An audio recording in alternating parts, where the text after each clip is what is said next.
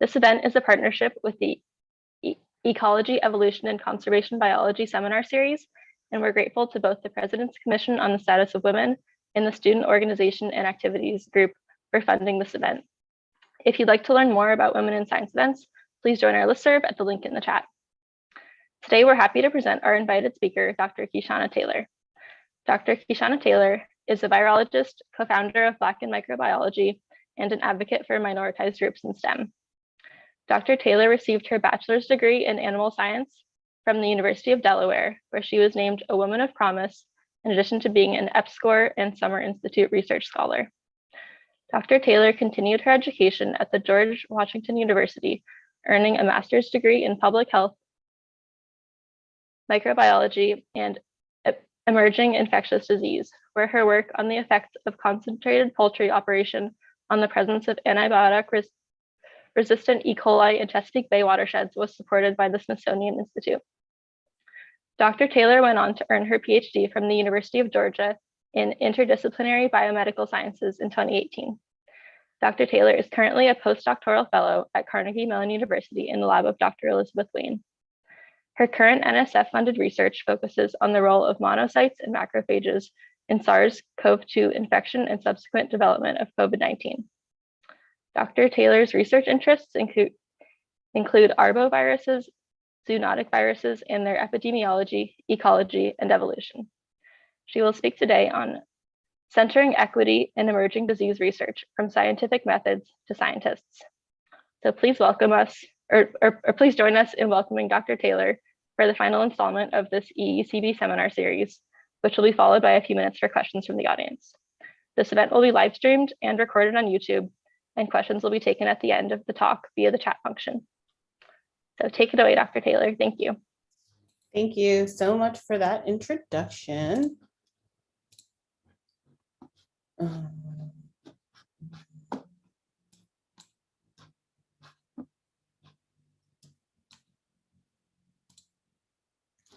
Okay, so I also would like to start off with acknowledging that Corvallis is located, or that this talk is being hosted on traditional and unceded homelands of all the nations that are currently members of the Confederate Tribes of Grand Ronde. And so as we spend time in this talk today, it's important to keep in mind the effects of colonizational and colonial state violence on Indigenous peoples, and we must also push for the recognition of Indigenous sovereignty. And I've included a link to information about the tribal treaties for the Confederate Tribes of Grand Ronde at the bottom of this slide in case anyone is interested. And then I would also like to point out that we should acknowledge that much of what we know in this country today, including its culture, economic growth, and development throughout history and across time, have been made possible by the labor of enslaved Africans and their ascendants who suffered the horror of the transatlantic trafficking of their people through chattel slavery and Jim Crow. We are indebted to their labor and their sacrifice, and we must acknowledge the tremors of violence throughout the generations and the resulting impact that can still be felt and witnessed today. And so today, I am going to be talking to you about centering equity in infectious disease and kind of how social inequity and structural inequities are present and exacerbated by pandemics. And so I'm going to present to you the problem by highlighting a number of different pandemic and epidemic outbreaks that have occurred over time and kind of the inequities that have been highlighted by those, and then also talk to you about how we can potentially solve some of these issues by centering equity in our research, and then also centering equity when we think about scientists and who does that work. And before I really get into that, I like to start my presentations with an introduction to myself. Haley did a wonderful job, but I'd like to go a little bit more in detail because who I am and the things that I'm interested in and the things that I think about all the time continuously pull themselves up in my work. And so it's easier to understand the angles that I'm coming from by understanding who I am. And so, yes, I am a virologist. I am interested in viral epidemiology, ecology, and evolution, and that presents itself through a number of different emerging viruses, more often than not vector-borne, but also I've done work in emerging respiratory pathogens, and I like to use molecular epi, One Health, and those sorts of techniques to kind of get at what we're seeing in terms of evolution, emergence, and spread. And then in addition to my science and my scientific methodology, I'm also interested in fostering social justice and equity within STEM, and that presents itself in a number of ways, including but not limited to support of underrepresented minority groups in STEM, support for parents, advocating for fair pay among trainees and those who are not on the tenure track, and then the removal of systemic and structural barriers, as well as the decolonization of STEM and what we consider to be best practices and best knowledge, and its continued focus on Western ways of knowing. And so today, I'm going to talk to you about a number of different pandemic viruses, and basically all of my work falls under the umbrella of One Health. And so One Health is defined as a collaborative effort of multiple disciplines working on many different levels to attain optimal health for people, animals, and environment. And so the underlying premise of One Health is that human, environmental, and animal health are all interconnected. And so we can use research in any of these sectors as indicators for the quality of health in the other sectors, and then also that they're interconnected. And so if you have a zoonotic outbreak, or you have an outbreak of animal disease, it can then potentially spill over and then also spill back. And then these are all predicated on different environmental factors. And so people who work under the umbrella of One Health typically look at things like zoonotic disease risk, antibiotic resistance, and then the impacts of climate change on the health of all, so environment, animals, et cetera. And so One Health has basically talked about and predicted a coronavirus pandemic for a long time. And so 2020 essentially became a critical point in time where we were able to see the fruition of some of these predictions and these ways of knowing, but then also we were able to then kind of elucidate some arguments some arguments that we have been having in science for at least as long as I can remember in terms of my career. And so prior to 2020, we used to have arguments like, is science political? Can science be apolitical? Is it connected to conservatism, or is it connected to liberalism? Those sorts of things. But I think that the pandemic has made it abundantly clear that you can politicize, and science is often politicized either through funding or through just the acceptance of what data shows is necessary to mitigate the spread of an infectious disease. And then in addition to that, because we were all in our homes, it became even more clear as the pandemic raged on that certain populations within the United States were being affected more than others by the rates of COVID death. And then in addition to that, we then also saw this pivotal moment in social justice in a civil rights movement via Black Lives Matter. And we started to be able to have deeper conversations about what it is to be a minority in this country, and how specifically within science, how interacting with the day-to-day structural and personal racism then affects how we do science, how we look at science, and then how we bring ourselves to science as a minority, and specifically as Black scientists.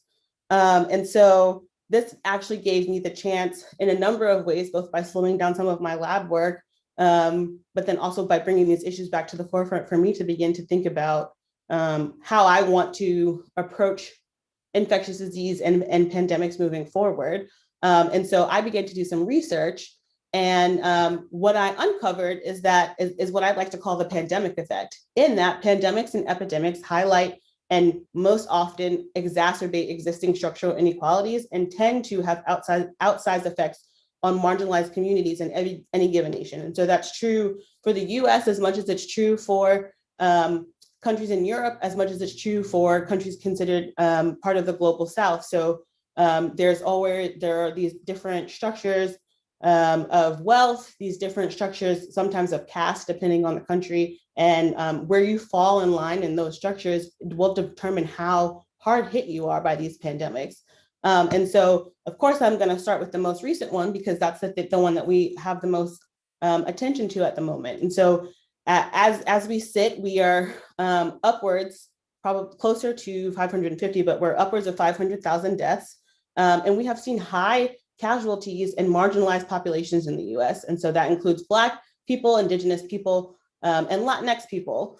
And so that's what we're seeing in the US. And then similar patterns can be found in minoritized groups in other countries. And so, right, so if we think about England or the UK, they call them, the group acronym is BAME or BAME, but basically these are ethnic minorities.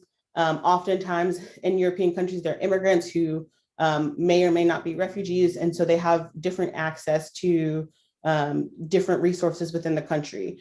And so basically these disparities in who is dying from and who is catching SARS-CoV-2 can be attributed to existing structural inequalities in healthcare access, as well as lack of policy that supports the working class.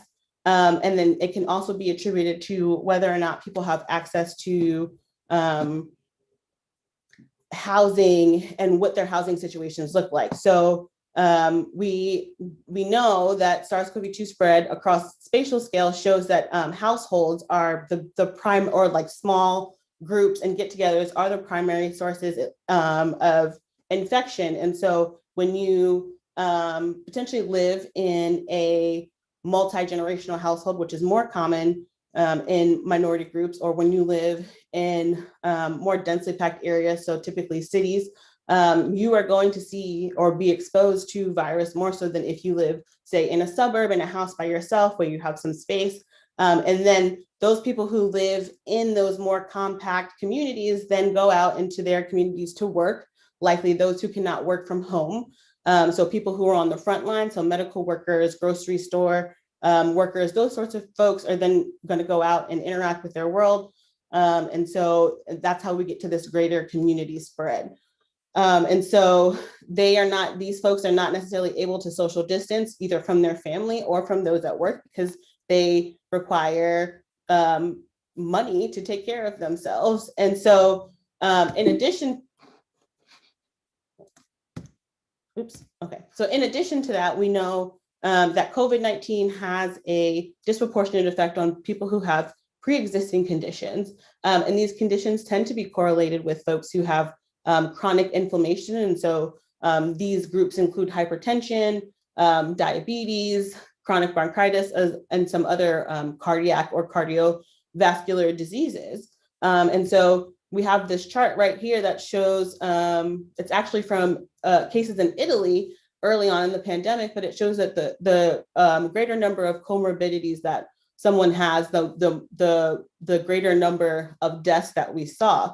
And so we also know that minority communities are more likely to have these comorbidities, not because of biological reasons, but typically because they don't have access to quality healthcare. Healthcare in America can be very expensive, and so you might not have the additional funds to pay for the care that you need. You're likely to encounter some type of bias from your medical professionals. And so all of these things contribute to these cases. And so where my PI and I, Elizabeth Wayne, stepped into this is that we said, we know that we have these disparities in who is getting COVID, but we don't know why. And so we do know in general that macrophages play a large role within the innate immune system in perpetuating inflammation. And we know that those who have pre-existing conditions also then have these macrophages that are in a state of inflammation. And so we said, well, what if COVID or SARS-CoV-2 is getting into the system and coming into this already inflamed environment and then just exacerbating that, and it makes it easier to be pushed into the cytokine storm, which we know is what is causing the severe COVID. And so this hypothesis was born out of our desire to understand how our community was being affected by this disease. And so we are still working on that data, so I don't have any of that to present to you at the moment, but I think that it's really important to consider, and I'll touch on why a little bit later.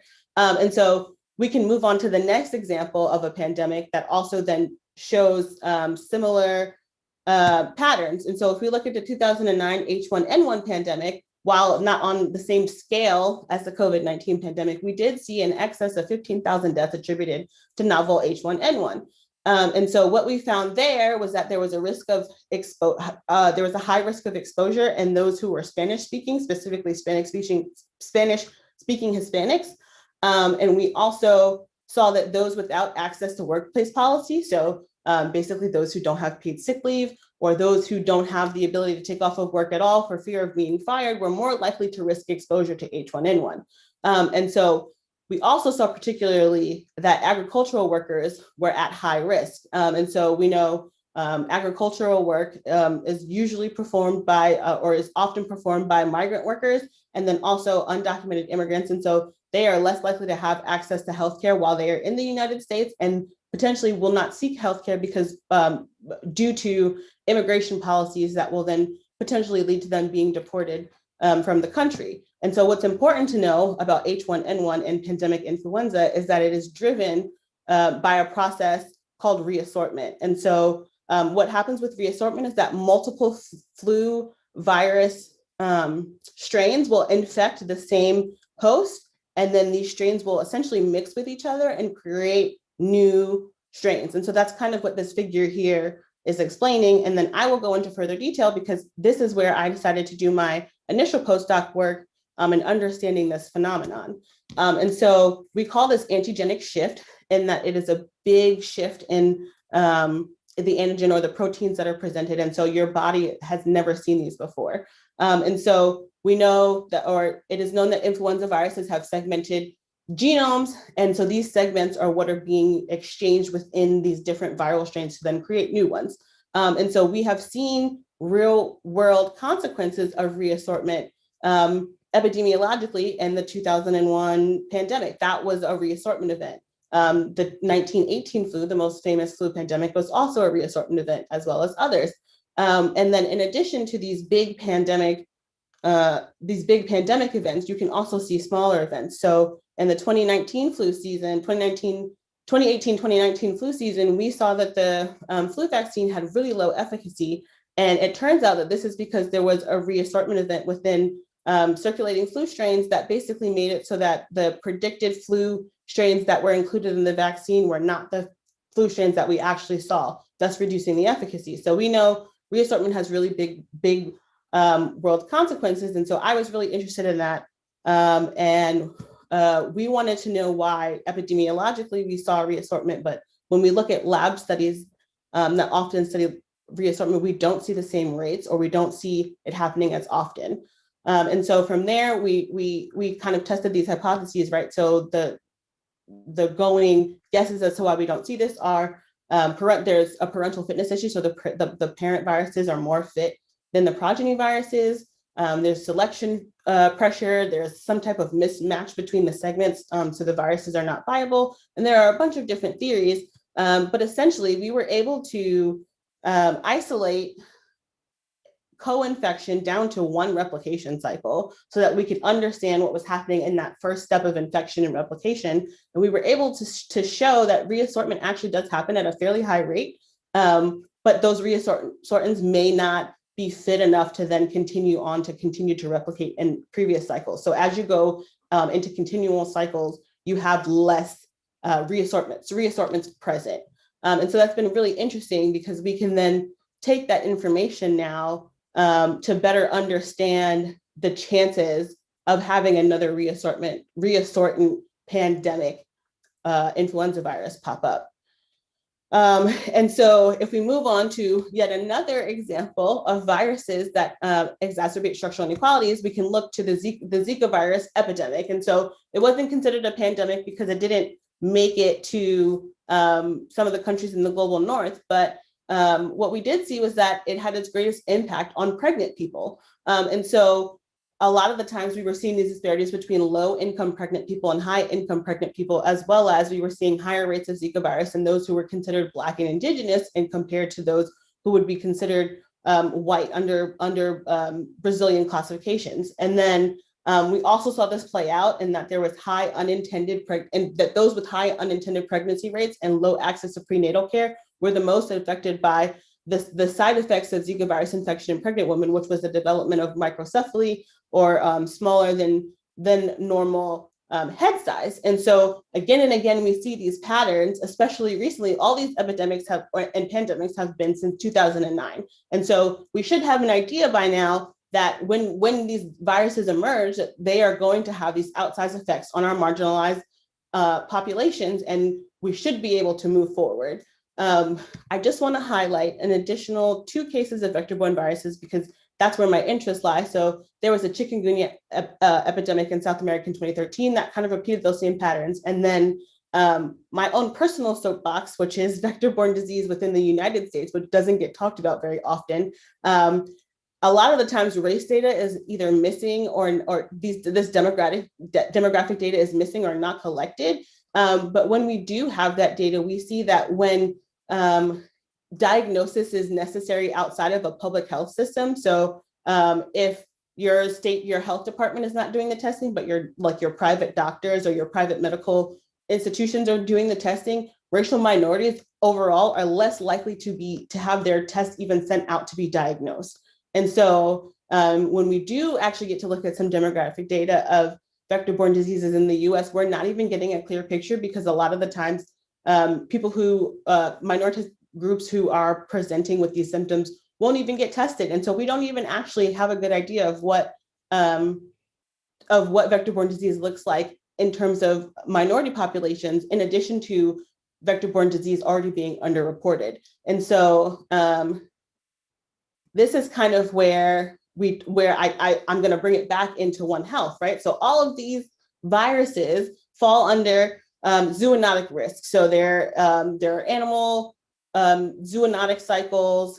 There's the risk of spillover and even some potential for spillback if we think about SARS-CoV-2.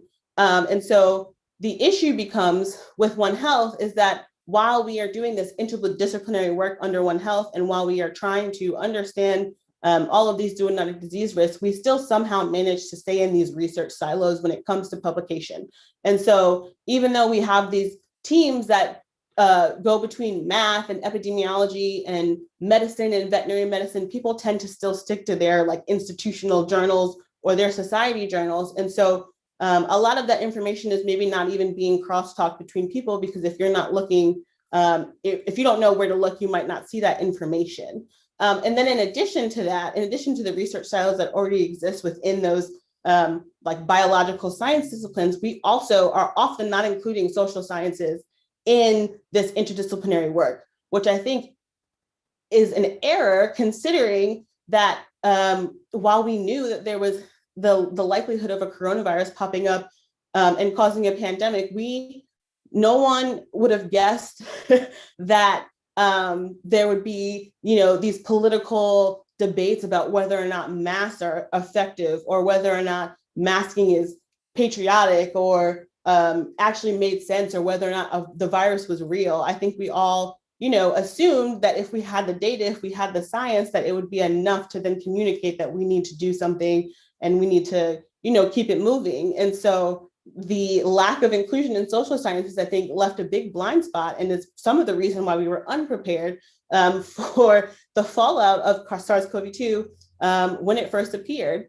And then the final issue, I think, is that oftentimes in One Health, we focus on prevention, which is great. We want to be able to prevent disease, but so far we haven't been able to do that. And then also it's usually prevention in the global South. So we tend to focus on countries that have what we would consider resource poor, or that lack, certain kinds of infrastructure, but it's only part of the picture. Even when these diseases have emerged from these countries, they still are typically spread by things like airplane travel, ship travel, et cetera. And typically those are going to be people with more resources that are able to do that. And typically those are people who would consider their home countries in the global North, or those who deal in folks with the global North more often. And so we're missing a piece of the epidemiological puzzle by focusing so much on these quote unquote resource poor countries, and not considering the effect that these resource rich countries then have on these disease spread dynamics. And so Solis and Nunn did a really good job of kind of mapping this out for us in this figure. And so they kind of they map the greater One Health connection pictures kind of up here. So you have the human wildlife or human animal interface. But then, right, we see that like the greater your susceptibility or your risk of disease is, it's correlated with your exposure risk. And so if we're not incorporating this into our models to understand how these viruses are spreading and how these viruses are moving, we're going to continue to be a step behind. And that's not being prepared for the next emerging disease.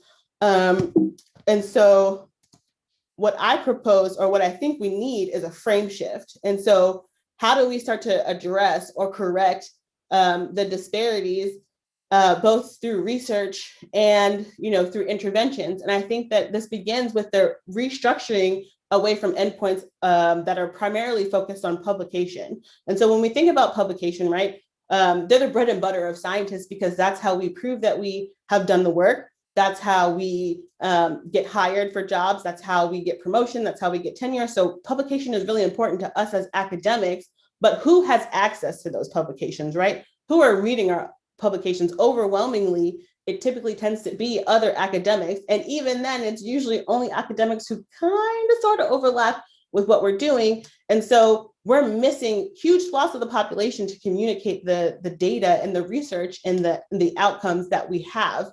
And so we need to not get rid of publication, but also then include, right, potentially policy solutions. So that means working with political scientists or, public health policy folks to understand how this data can then inform policy. We need people who can think about different interventions. And so if we know that certain communities are going to be overwhelmingly affected by infectious disease, so then are we then targeting those people for when we do develop a vaccine, or are we targeting those people for treatment? Are we making sure that they're getting treatment and they're getting access to vaccines? And then also, we need to do a better job at science communication. I mean, anecdotally, I know that I've been doing a ton of science communication around infectious disease and viruses since the pandemic started, but I've always had an interest in science communication, but I definitely have not, the volume has been exceedingly growing over the past year. And I think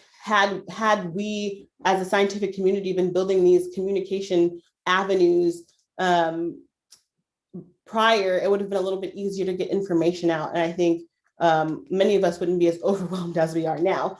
I think that we need to incorporate more preparedness work. And so, like I said, prevention is great, but it's very tricky, and we need to be prepared in the event that we cannot prevent. And so preparedness looks like understanding what our health structure, what our healthcare structures look like, understanding how we can better improve those so that they're not immediately overwhelmed on the onset of disease. Increasing interdisciplinary collaborations. Like I said before, we don't really tend to include the social sciences in our interdisciplinary research. And I think that is a fatal flaw, and we need to start broadening our reach across disciplines. And then finally, I think we need to focus on integrated research. And so I can highlight for you what I would consider integrated pandemic preparedness. And so infectious disease research or pandemic preparedness as it is now is interdisciplinary. So if my focus is emerging viruses, I can pull from different techniques or different knowledge bases in phylogenetics and molecular biology to then supplement or complement my emerging virus work in terms of virology in the lab.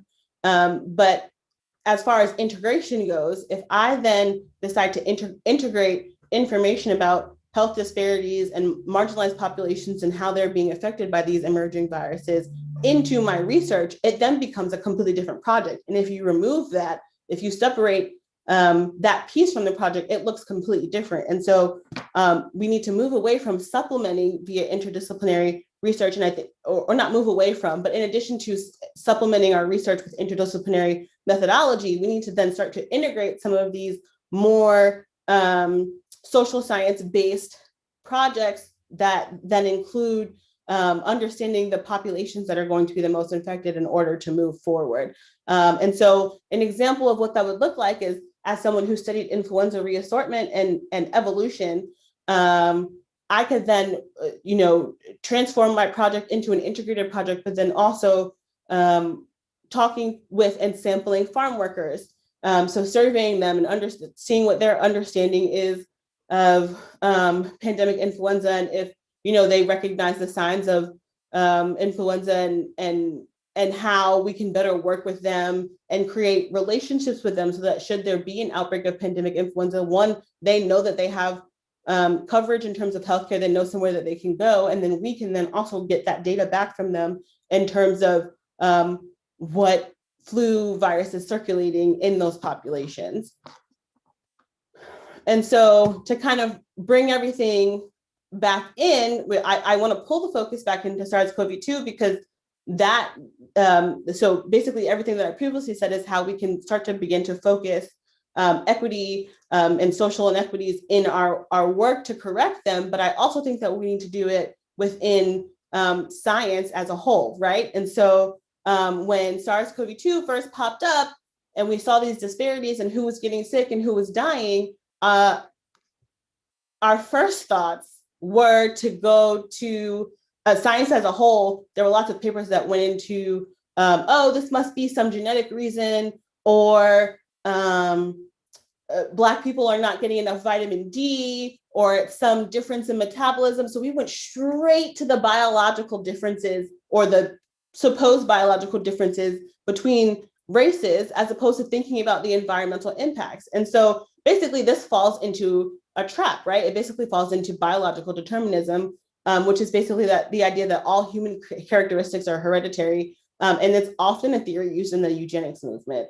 And so it's very easy to slip into that. But the more obvious answer is right there, right? And so basically what it ends up being is that some scientists who don't have an idea of what it is to be a minoritized group, to face those structural and everyday racist situations, then don't have the lens, right, to put that into their science. And so that's how we get the biology only. It's something physically related to why they are getting different disease rates than we are. And so then we also can then see this biological only lens repeated when we talk about the vaccine and how as long as the vaccine is here, everything is fine. When in reality, we know, one, that there are people who are getting disproportionate amounts of COVID-19 and dying from it. And that two, these people are also less likely to be reached by everyone has a more lackadaisical approach to vaccine distribution. But if we switch lenses and look at it in terms of an equity lens, then we know that we might have to, right, to counterbalance the disproportionate amount of or lack of healthcare for a group, we might have to disproportionately target those vaccines and make them available to those communities. And that doesn't look like repeatedly telling the communities that they have to get this vaccine and why this vaccine is important without actually then giving them access to that vaccine, right? We have to couple that with communication and actual access in order for it to work. And so kind of drawing on this idea of lenses and biases and how we look at things, there was a really great paper in 2020 released by United Literature that talked about the limits to having hypotheses. And so what they did was they took a group of students and they gave them a data set that essentially has this printout, right, that looks like a monkey or a gorilla. And so they gave some students the hypothesis, and then they gave some students the ability to kind of just search through the data. And what they found is that more than likely students who were given the hypothesis were not able to visually see the big gorilla in front of them because they were so focused on finding the data points for whatever hypothesis that they proposed.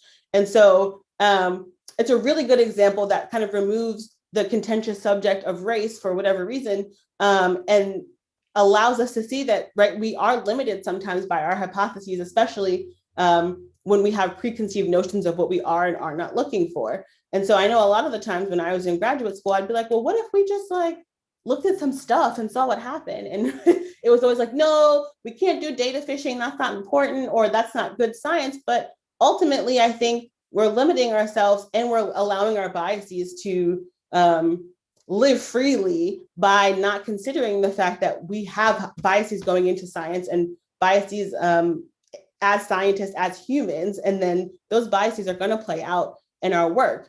And so what the best way to combat that is to I don't think that in funding wise, we're going to move away from focusing on hypotheses anytime soon. And so the best way to combat that is to have a variety of ideas, a variety of biases, and be able to have these conversations. And people can point out, well, I don't know if that's a good idea because XYZ, or I think you're missing this point, and to have actual dialogue around our hypotheses before we submit them for grants and before we begin to research them.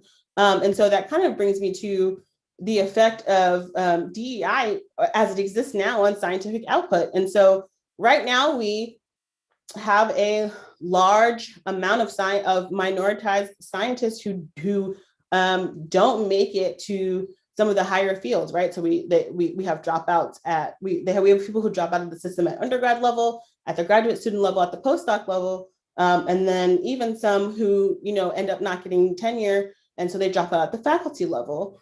And so without the input of these marginalized groups, we are risking perpetuating racism in our hypotheses and other biases in our results in technological and medical advances. And so we've already seen this in the first generated hypotheses of SARS-CoV-2 outbreak, but we also can see this right in the technology that doesn't recognize darker skin, or in the DEI work that is being done, those that don't account for the fact that there are genders that are not male or female, or woman or man. And so we are continually leaving out these different data points because we're not even considering that they exist. And then on top of that, this is going to continue to perpetuate community distrust. And I think the best example of that has been with the SARS-CoV-2 vaccine, specifically Moderna, and the work that Dr. Kizzmekia Corbett has been doing, because the Black community has been, Black people have been able to see that there is a Black scientist and other Black scientists involved in the creation of the vaccine. It makes it a little bit easier to trust the background information or the background research that has gone into it. And so we're really not going to be able to, it's not the only thing we need to make inroads into different minority communities, but it is a start because at least we're speaking the same language. When you come from completely different cultures, it's going to take a lot more time to break through those cultural differences and those cultural barriers before you can even start to build a relationship. And so we also know that there's a loss of creative input, specifically when it comes to power dynamics. A lot of minoritized scientists are in the junior levels. And so if I have a problem with your hypothesis and you're my PI or you're my advisor and you control whether or not I graduate or whether or not I get paid, I'm less likely to point it out to you. Whereas if I am your colleague and there's not as much hanging on our relationship, it's a lot easier to point out those things. And then we still have the continued attrition of minoritized scientists. And I think that essentially diversity, equity, and inclusion as it is now is essentially a fancy game of minority Pokemon. We focus so much on diversity that we're trying to make sure that we have, at least one person from every group, but that doesn't fix the issue. It just creates tokens. And if we focus specifically on equity, so making it so that we all have the things that we need to even the playing field. So if we want additional graduate students from minoritized groups, we need to lower the entry barriers. So that means dropping the GRE. We need to consider that minoritized scientists are maybe treated differently by their advisors. And so we need to adjust some of the metrics that we use when we're looking at postdocs to then be attributed to faculty. These are all kinds of things that are focused more on equity in terms of making things more fair for the different groups, and each group needs something different. And so it's okay to talk about the different groups in their entirety, but in separate situations because they need different things. And so that's kind of, that is partially why my colleagues and I came up with Black in microbiology, right? Because we as Black scientists have specific needs and specific things, specific requirements that we need in order to succeed in science. And that might look different from another group. And that's not to say that our needs are more important, they're just different. And so if you are trying to increase the diversity of scientists, you have to be able to pinpoint and look at the different groups and be able to give each group what they need independently. But what we found when we did Black and Micro Week in September was that our community, the Black microbiology community specifically, needed career and professional support, access to networks, access to resources. I thought I fixed that. And then access to mentoring. And so these were things that overwhelmingly were repeated over and over on the Black and Micro Week. And these are things that we aimed to be able to give to them by creating the Black Microbiologists Association, because we felt like advocacy within spaces that already exist was not doing what we needed it to do. And so in terms of perpetuating equity, that looks like then, right, working with us to then try and do better by Black microbiologists. And then within equity, it looks like trying to do better and working with Indigenous scientists and working with Latinx scientists and LGBTQ and disabled scientists, all of which can fit into this Black and micro bubble, because Black people are dynamic, but so are all people. And so centering people and centering scientists and their needs and their identities in science is how we do that, right? And so mostly I just want to, at this point, right, like summarize, what does the future of pandemic research look like, both between scientists and between the research? And so hopefully we have this dynamic group of scientists with different life experiences and different cultures, and we bring our whole selves, and we're able to ask these questions, right? So there's an emerging virus, and we ask, how will it and how can it spread? Do we have effective mitigation strategies? And if so, how do we deploy them? Who is affected by this virus, or who will be most affected and how? And then do we have relationships with those populations? Can we then go in and start our interventions immediately, or do we need to continue building continual relationships with these populations? And then what are the potential interventions and policies, and how do we then form best practices from those? And so I think by kind of essentially integrating everything from this talk, right? So understanding that there are going to be inequities in how disease spreads, because there are structural inequities in our society, understanding that some of the best people to address these inequities are the people who come from those populations and communities. Further diversifying or further widening our interdisciplinary collaboration to include the study of people, which is increasingly important in terms of how we do disease spread, and then coming up with alternatives or add-ons to the publication process. So our endpoints can't just be publication; they have to be science communication, policy interventions, healthcare interventions, et cetera, until we start to get it right. And so I just want to end my talk with acknowledgements. So thank you to Catherine Cocker and TJ Stewart, who were both really helpful in me sculpting my land and labor acknowledgements. And then thank you to the Diaz-Munoz Lab for their help in my influenza research, and Sam Diaz-Munoz for giving a little PhD student like me a chance as a postdoc, and then to the Wayne Lab for their help in SARS-CoV-2, and then for Liz Wayne for also believing in me and letting me be a fairly independent scientist in her lab. And so from there, I have questions, and then if anyone is interested in Black and micro information, I have that up here as well. Thank you.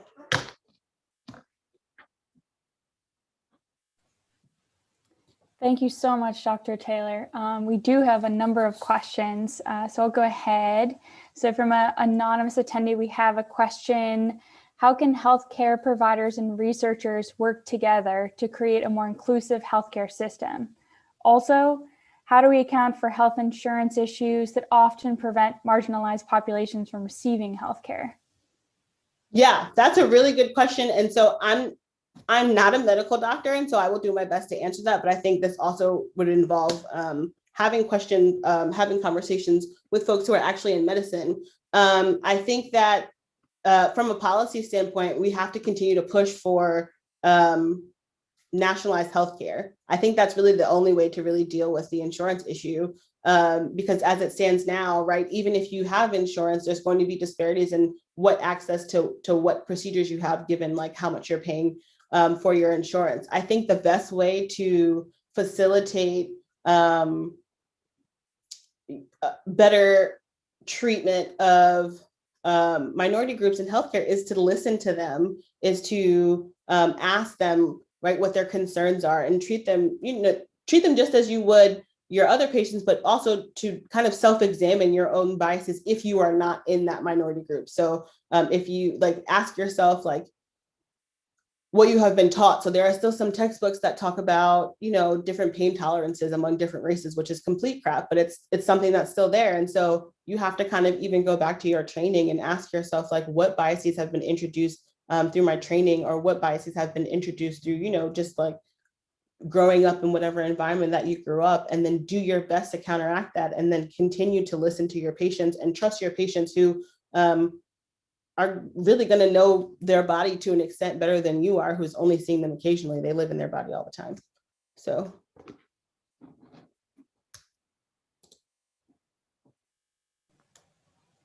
Okay, the next question is from Dr. Rebecca Vega-Thurber. I think it's very interesting to think about internationalized racism mediated for pay journals and across disciplines by journal siloing, like you mentioned. In terms of open access movements and journal selection, how can we as a community reduce this while also increasing our reach both to broader audiences and to increase our own research's visibility? Yeah, I think open access is within the academic sphere, a good way to do that, because then at least they're not behind paywalls. And so you can so I know people who use open access on Twitter will then be able to tweet out their paper, and then whoever follows them, depending on what kind of audience they have, then have access to that. But I think we have to even like I said, like move or shift from just focusing on publications to then like different communication avenues. And so I know lots of universities have kind of started the like science cafe. So like where you sit down with people in the general public and you invite people to then like come hear about your research, and you find a way to communicate it on a more basic level. So I think that's like stuff like that is more effective or also effective in communicating your science in a way that's not just publication. But I think open access and then also like open data are good ways to share or spread out the resources within academia, because we know even within academia, certain institutions have more access to resources than others. And so that's a good way to do that. And then also then moving beyond that and finding ways to connect with and communicate with the general population is also really important.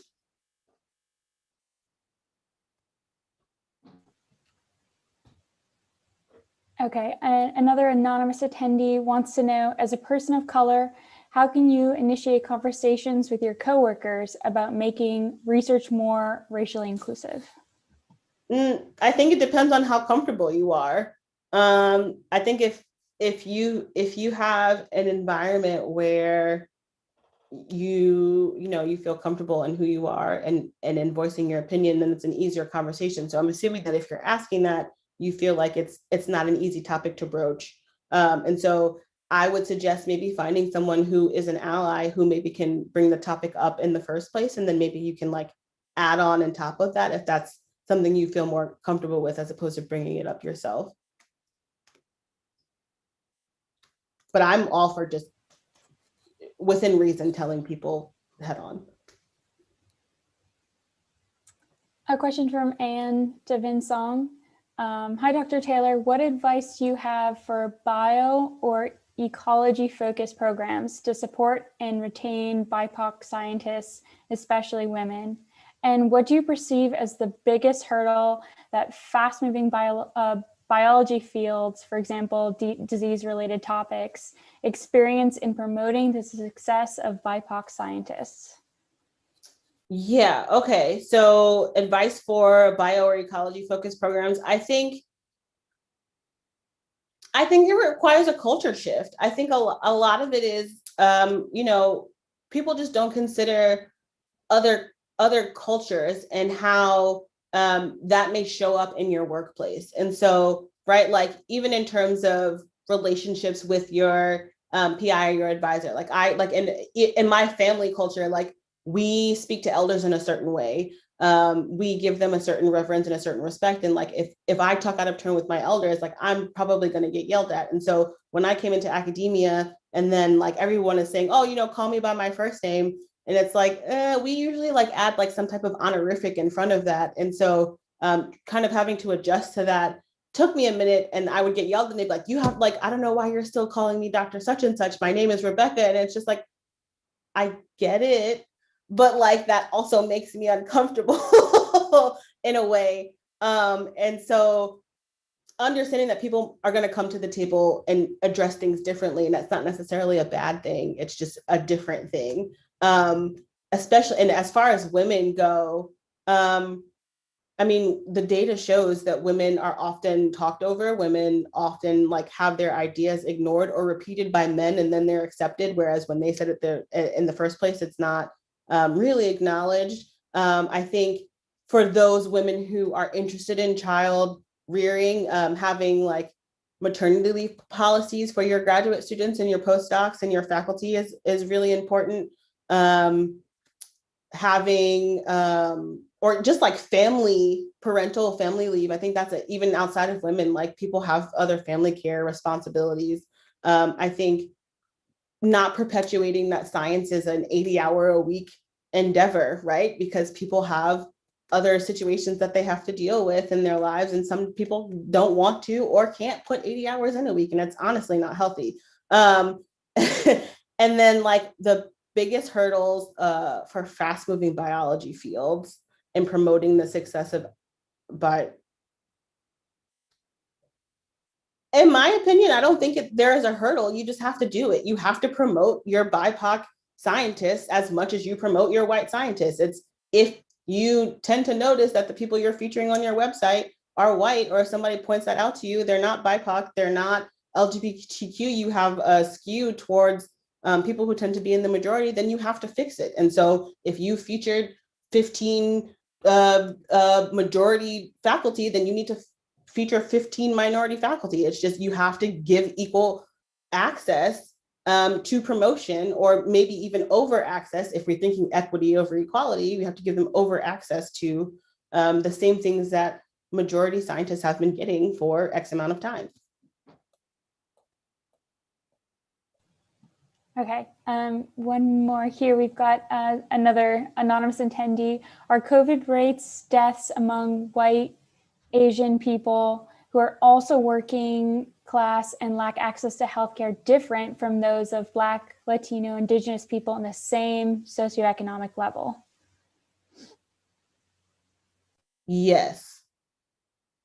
Who are also working class and lack access to health different. Yes, they are still different. So even when you adjust for socioeconomic status or socioeconomic level, you are still seeing a difference. And so that's basically attributed to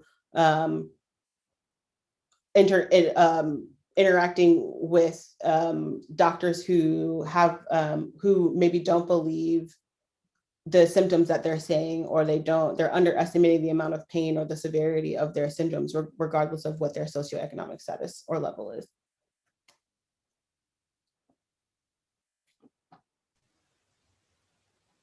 Okay, and another question here. How do you feel about the massive drop in influenza illness deaths this year with increased vaccination and social distancing due to COVID pandemics? Amazing how much of an impact public awareness and policy makes within a year.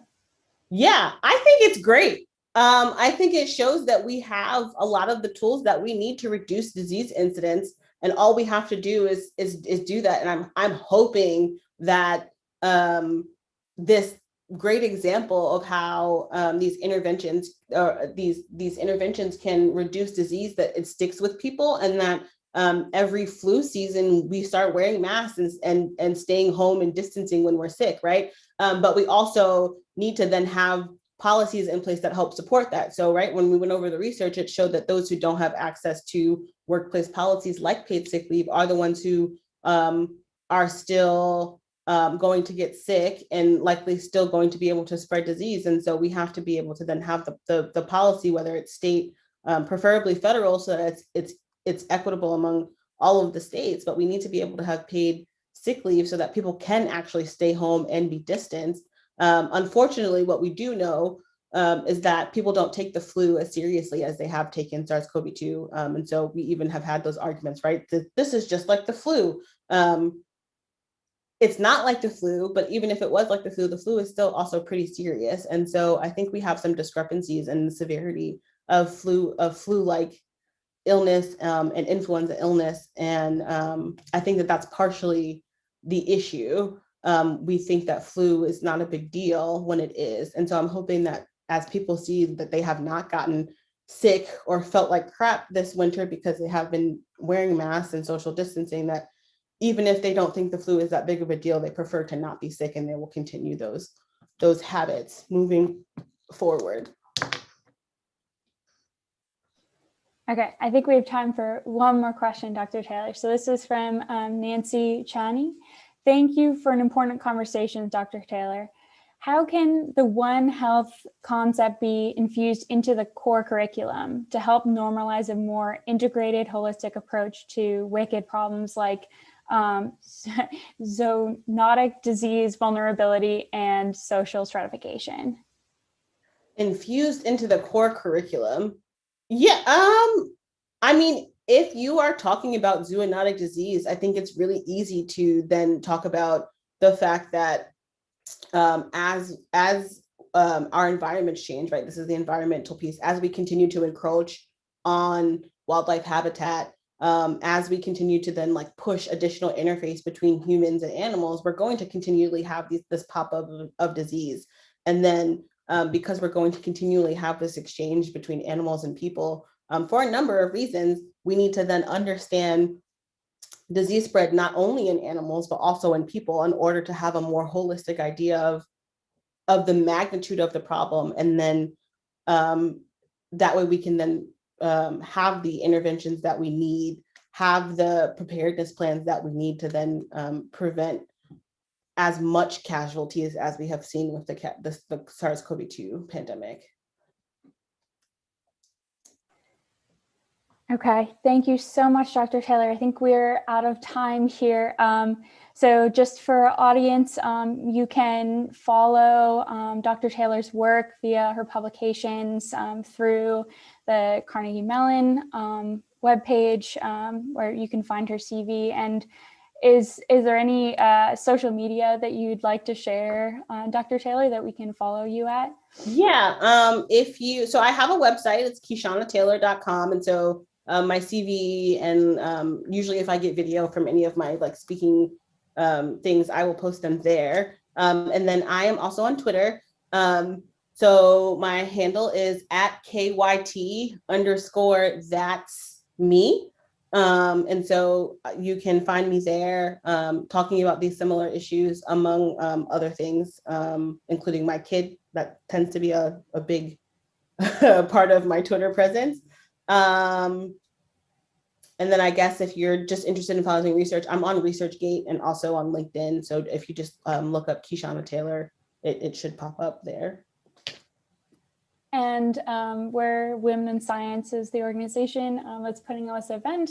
And Haley just put in the chat, if you like to follow our listserv, we'll send out information about future events via that listserv. And you can also find us at our website, which is womeninscience.com. Anything else that you'd like to add? Final thoughts, Haley? No, I don't think so. Thank you very much, Dr. Taylor. Thank you for the. I really enjoyed your talk. Thank you. You're getting lots of love in the chat here, Dr. Taylor. Okay, thank you. Virtual round of applause. Okay, well, I guess everyone have a good night, and yeah, bye.